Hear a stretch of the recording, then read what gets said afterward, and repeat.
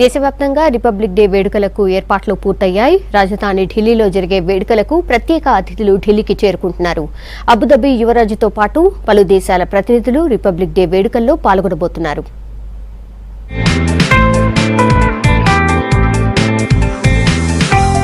68వ గణతంత్ర వేడుకలకు దేశ రాజధాని ఢిల్లీ ముస్తాబైంది. రాజ్పథ్ లో జరగనున్న వేడుకలకొస్తున్న అతిథులకు స్వాగతం పలుకుతున్నారు అధికారులు.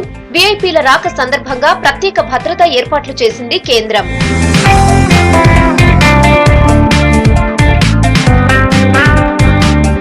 రిపబ్లిక్ వేడుకల ముఖ్య అతిథి అబుదాబి యువరాజు Mohammed bin Zayed Al Nahyan కు ఢిల్లీ ఎయిర్పోర్ట్ లో ప్రధాని మోడీ స్వాగతం పలికారు. బిన్ జాయిద్ పర్యటనతో భారత్ యుఏఈల బంధం మరింత బలపడుతుందని ట్వీట్ చేశారు ప్రధాని మోడీ.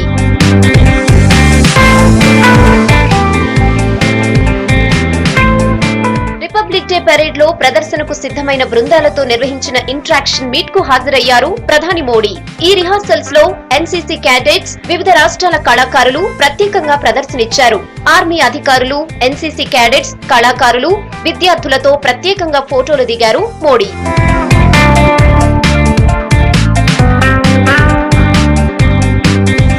రిపబ్లిక్ డే వేడుకల్లో ఉగ్రవాదులు దాడులు చేసే అవకాశం ఉందని హెచ్చరించింది ఐబీ. దీంతో అలర్ట్ అయిన అధికారులు ఢిల్లీలో వీఐపీలకు భద్రతను మరింత కట్టుదిట్టం చేశారు.